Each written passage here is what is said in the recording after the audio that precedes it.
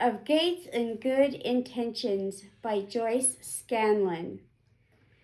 Joyce Scanlan was elected and re-elected president of the National Federation of the Blind of Minnesota for 34 years.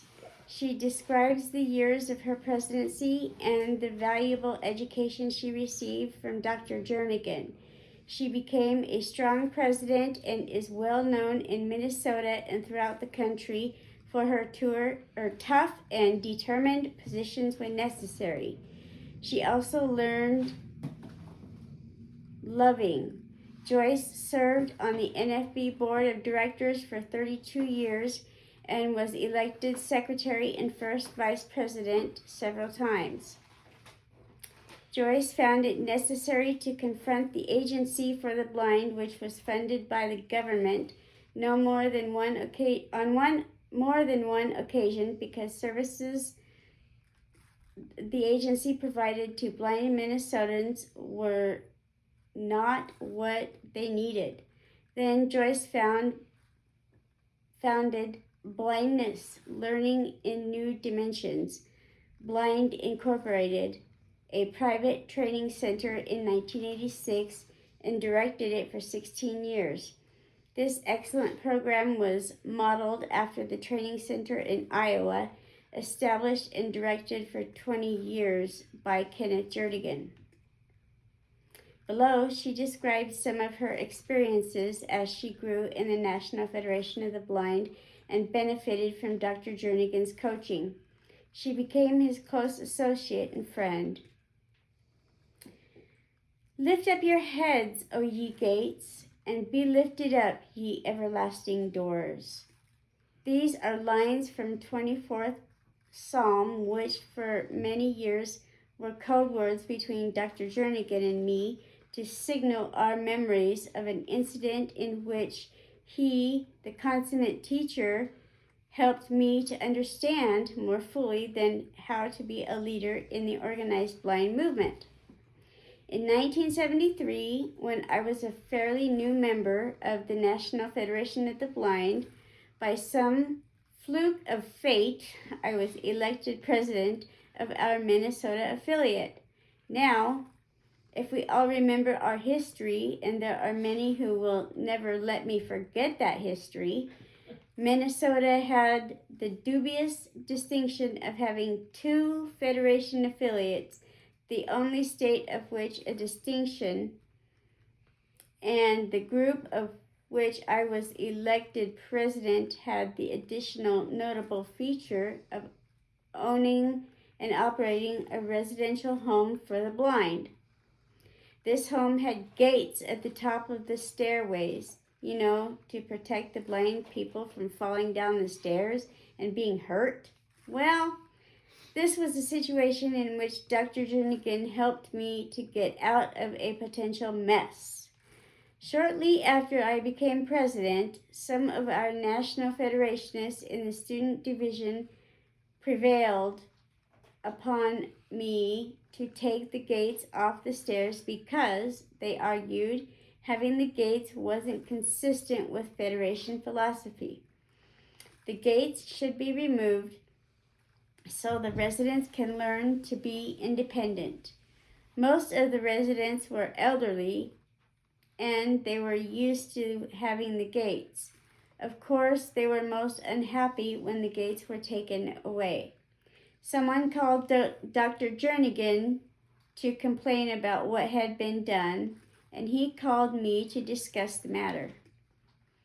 He began the telephone conversation by telling me about Alexander Hamilton and Thomas Jefferson and how one had a philosophy but no army, while the other one had a large army and didn't worry much about philosophy.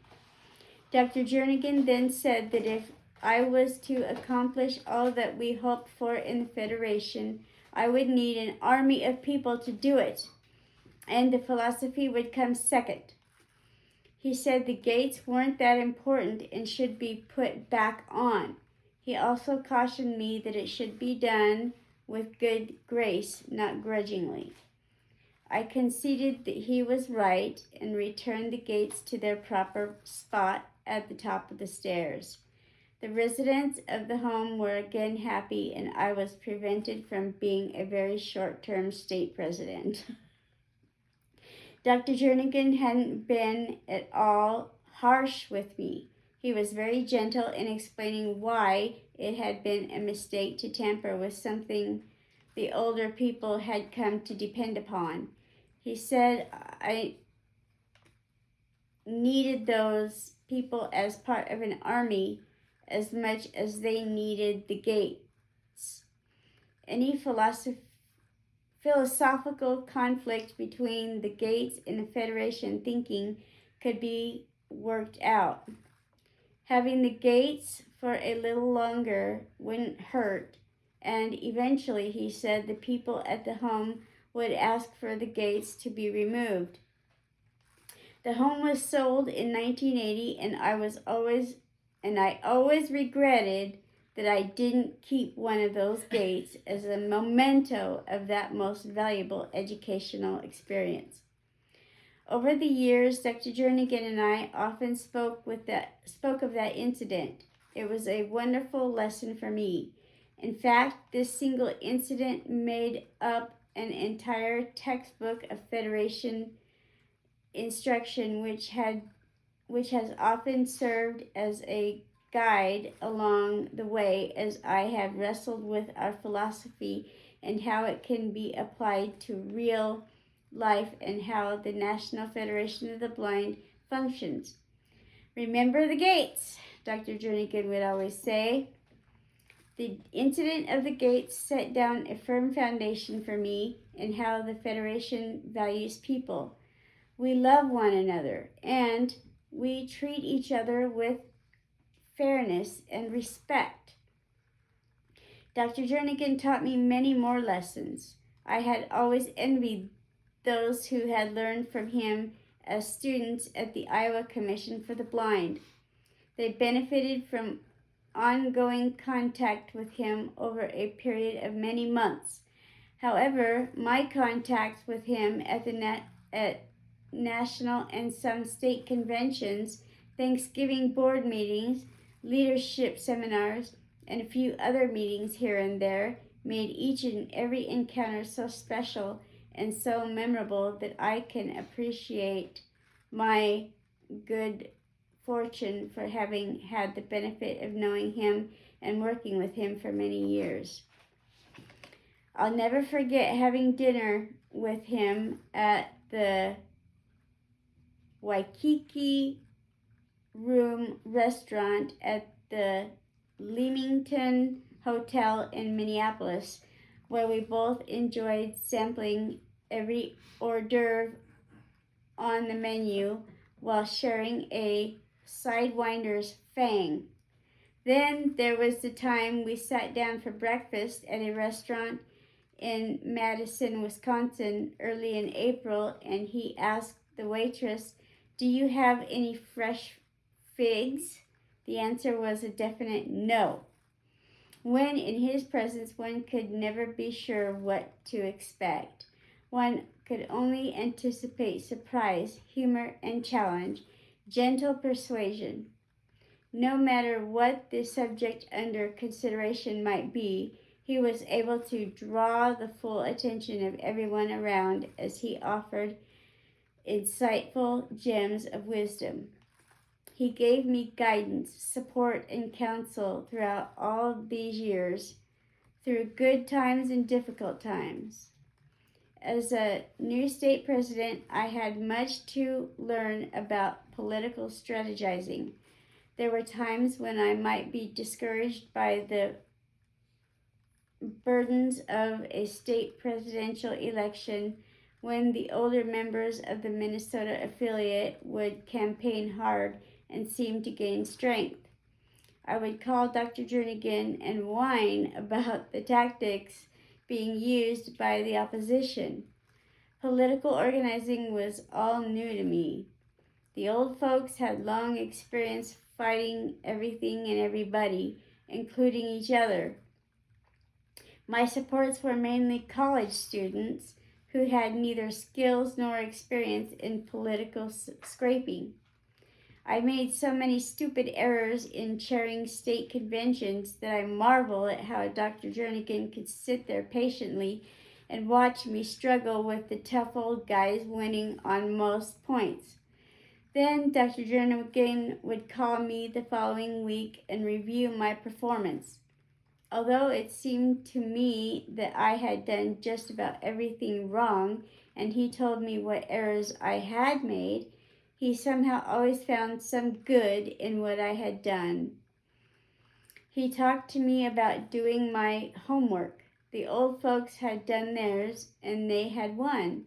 Dr. Jernigan guided me through these difficulties and showed me how to take chairing conventions and weathering elections in stride. He would say when I complained, "Now, Joyce, you don't expect your opponent to stand up before you and salute you and say, 'Shoot me first,' do you?" He taught me to pay heed to the votes. He would also say, "When you have the votes, you can afford to be nice to your opponent. When you don't have the votes, you must be nice." His deep personal integrity set a high example for all of us who follow. I have always tried very hard. There were many fun times too.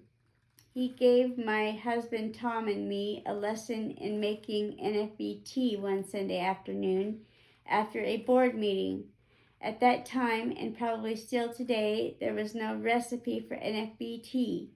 He had a whole shelf full of liquid spices, and he would take each one in turn, uncap it, tip and cover the mixing bowl of tea, and say, "Now listen, this is how much you put in," as the spice trickled into the mixture. There was no formal measurement, only the auditory method, listening to the trickle. It was great fun, but how could anyone repeat such a performance and come out with a fine NFBT? No one really understands that. I thank Dr. Jernigan for giving me a meaningful life. When I came into the National Federation of the Blind in 1970, I had lost everything, my eyesight certainly, but also my livelihood, my confidence and self-esteem, any hope for a successful career. I had just come through a period of abject poverty and total misery. Life for a blind person in North Dakota was very bleak. No opportunity, no hope for change. I was in the proverbial shipwreck at sea and had never learned to swim. Then Dr. Jernigan and the Federation came along and everything began to change. Blindness might bring problems, but there are definitely solutions to those problems. Blind people have the right to equal treatment and opportunity, and blind people can dream of how life can be made better. Blind people can turn dreams into reality. Working together, blind people have the power to change what it means to be blind. We have a united voice. We have a firm philosophy. We have a common purpose. All of this meant a great deal to me, but it was all very difficult or very different from everything I had known during the early years of my life. It also meant I had to change my whole approach to life. No more hiding out, no more excuses, no more shirking responsibility. The model set for us by Dr. Jernigan challenges all of us to a high standard of conduct.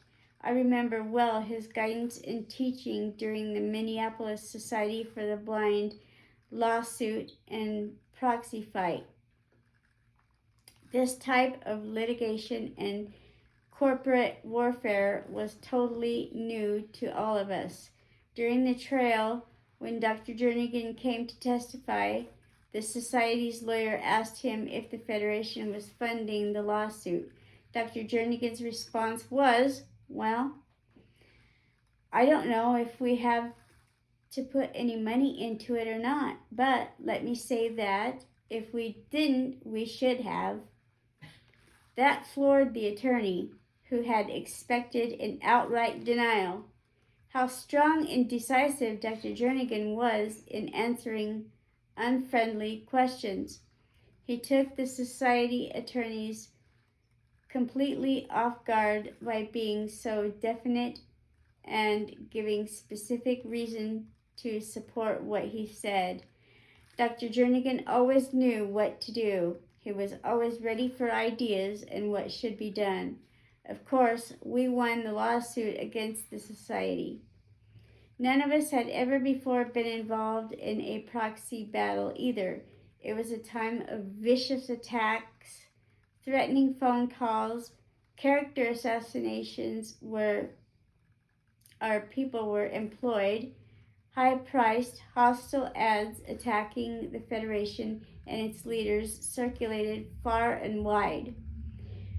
When the troops would seem to waver and begin to wonder whether the whole battle was worth all the trouble, Dr. Jernigan would say, "We are in this battle now, and even if we fight and lose, we will be better off for having fought than if we had never tried at all." He told us that we were fighting for a worthy cause, and at the best, we would all know the triumph of high achievements, and at the worst, if we failed, we would at least fail while daring bravely. Once again, he was there. He listened to our mournful complaints and lent his words of wisdom and support. During that difficult time, I came to appreciate the daily phone calls to check on our progress and, above all, to lend his high-valued counsel. All this time, Dr. Jernigan was being attacked from every direction. Our opponents were very busy attempting to destroy our leaders and the Federation. I tried to give to him the same support he had given to me, but I received far more than I gave. Hopefully, we will never again be called upon to engage in such a battle. For today, again, thanks to Dr. Jernigan's power of persuasion and charisma, and the field of blindness is experiencing unprecedented harmony. Agencies which once opposed us are no longer viable, but the National Federation of the Blind is stronger today than ever before. In my early life, I had been a teacher of secondary English, history, and Latin for 6 years. My long-range goal had always been to become a college English professor. The possibility of ever administering a rehabilitation training program had never entered my mind. However, as a state president, I became heavily involved with advocacy issues on behalf of blind individuals experiencing problems with public and private rehabilitation programs. Terms such as consumer representative, orientation to blindness, self-advocacy, and alternative techniques came to have greater significance. Several customers of our state rehab agency were being denied college funding when their grade point averages were below a B level and were still acceptable to remain in college. Others were threatened with loss of Social Security benefits because they were reported as being uncooperative by the state agency. Many young blind people wanted orientation training but were not willing to settle for the one training center available in Minnesota. We were quite active in dealing with these and many other advocacy issues. Personally, my one and only positive rehab lesson was taught me by Dr. Jernigan. I was a member of the first Federation Leadership Seminar over Labor Day weekend in 1973, just 3 months after becoming a state president. The first evening we were all going out to dinner together, someone suggested we go to a place called the Charcoal Pit. We were told that we would be able to select and grill our own steaks. Somehow I had had the impression that in Germany we could speak up about how we felt, so I did. I said I didn't like the idea because I had never before grilled a steak to my liking. Dr. Jernigan very calmly said, "Oh well, we'll help you." I was suddenly terrified. I prayed that by the time we arrived at the charcoal pit, he would forget. He had forgotten what I had said. Of course, that did not happen. He immediately escorted me to the refrigerators where all the steaks were kept. We began examining all the shapes and sizes of steaks and ultimately made a selection for which one to grill. He was so enthusiastic and seemed to be having such fun that I began to enjoy the venture myself. With the steak we had selected, a plate, and a long fork, we approached the big pit. He said, "Now, throw your steak out there and just toss it out there." I did, thinking about losing the steak forever in the fire. After a short while, Dr. Jernigan said, "All right, reach out with your fork and find the steak and put it on the plate." I did. Then he showed me how to turn the steak over. I was so glad he had done it so I wouldn't have to touch that hot meat. However, he flipped the steak back and said to me, "Now you do it." I should have known he wouldn't let me off the hook. Then we grilled the steak on the other side, and I became more comfortable handling it. Then I ate the steak and found it very tasty too. Everyone was having such a good time, and for the first time, I actually enjoyed a steak. Dr. Jernigan asked me to grill a second steak for him. It must have been okay because he ate it without complaint. That was my best rehab lesson, the only one I ever had. Dr. Jernigan was a teacher to me, yet he treated me as an equal. I learned so much about myself and about dealing with blindness just from that one experience.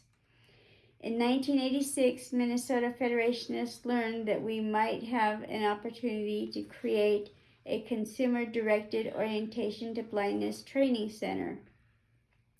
After much soul-searching and extensive and cautious planning, we decided to move forward with the establishment of Blindness Learning in New Dimensions, Blind Incorporated.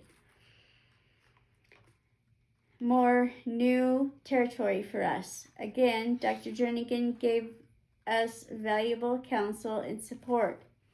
He provided training for our staff numerous times. His experience and wisdom were greatly appreciated. Frankly, I'm certain he saved us from numerous blunders by his emphasis on the center environment being consistently positive. No conflicting messages to confuse students. The staff serves as strong role models. When he asked us to give one word that characterized the atmosphere of a center, his own word was salt, indicating how the correct seasoning was important.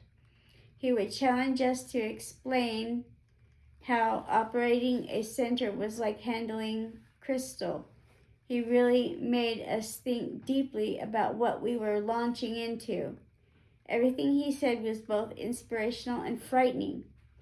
When he visited our center in 1989 and toured and held a seminar for students and staff, he expressed approval of our newly remodeled center. Students were delighted to meet him, and all of us felt proud and honored to participate in one of his philosophical discussions and learn from this warm and awesome teacher. He inspired the blind, incorporated students, and uplifted the spirits of the center staff. During the later years, I'm sure I benefited from the extensive mentoring I received from Dr. Jernigan to move forward with greater dependence and self-confidence than I have ever in my early years as a Federationist and certainly as a state president. As our Blind Incorporated programs strengthened and expanded, hopefully my skill as a leader and as an administrator continued to develop and improve. I always knew Dr. Jernigan was available to me whenever needed. However, regular contact with him or ongoing reliance upon him for direction or support was no longer as necessary as it had been in previous years. I was at last competent to take on the role of the teacher and leader. For example, after Blind Incorporated had been in operation for about 4 or 5 years, we were in a position to purchase our own building. We visited the 16 properties before deciding upon the appropriate facility to meet our needs. Our next struggle was dealing with the panic-stricken neighborhood into which we hoped to move. We settled into the building, and the neighborhood ultimately calmed down. This all occurred over a period of more than 2 years during the mid-90s, and I did not have any contact with Dr. Jernigan on the matter during that entire time. As I think about all of that today, it's almost unbelievable to me that I could manage that entire project without seeking counsel from my tried and true mentor, Dr. Jernigan. Yet I know that it is true. Challenges were constantly on the horizon for a state president. We in Minnesota were occasionally faced with an unfriendly administrator of the department in which our state rehabilitation agency was located. By that time, Dr. Jernigan was no longer with us, and I found myself faced with the necessity of writing a forceful letter to that hostile administrator outlining our opposition to his policies without the possibility of conferring with my mentor. A few years later, we dealt with a difficult director of our rehab agency serving blind people. This person suddenly abolished a major group model program for seniors losing eyesight, as well as a 6-week training program for newly hired agency staff. Also, this person closed a store which had made available blindness-related items not readily available elsewhere in our area. We felt compelled to hold a march in front of the agency building to inform the public of what had been done and of the harmful effects on blind Minnesotans of those actions. I felt confident that Dr. Jernigan would have given heartfelt approval to everything we did. My 34 years as a state president of a National Federation of the Blind affiliate and my 16 years as executive director of Blind Incorporated were made far more successful with the leadership and guidance of one person, Dr. Kenneth Jernigan. From 1970, when I went reluctantly to a national convention of the NFB in Minneapolis, my city of residence, and sat spellbound in the audience as he chaired the crowd so competently and efficiently until August 1998, less than 2 months before he died. He gave me the greatest in-depth education on life in general and helped me to understand the meaningful role I could play in the drama of life. He was there for me when my need was greatest and stayed with me until I had learned to fly on my own. The best of all, I know and believe about blindness and about life I learned from Dr. Jernigan. He taught me to dream of a better world for blind people and how to work hard to fight if that was necessary to make the dream come true. All of us today who knew him consider what his loss means to the National Federation of the Blind and to blind people everywhere. Yet, within each of us lies the very best that we have been given by a most generous and loving person. Although he has passed from our midst in one sense, he will always be with us in spirit to guide, to persuade, to mentor, to support, to teach. All of us have better lives because of the organization he built. If we all live our lives as Dr. Jernigan lived his, we know the organized blind movement will thrive in years to come. We can make it happen, and Dr. Jernigan, we will make it happen. We will all follow the legacy you have set and march together to continue the work of the National Federation of the Blind. And whatever my personal role in the Federation may be in the future, I promise, Dr. Jernigan, I will always remember the gates. Thank you. Have a nice night.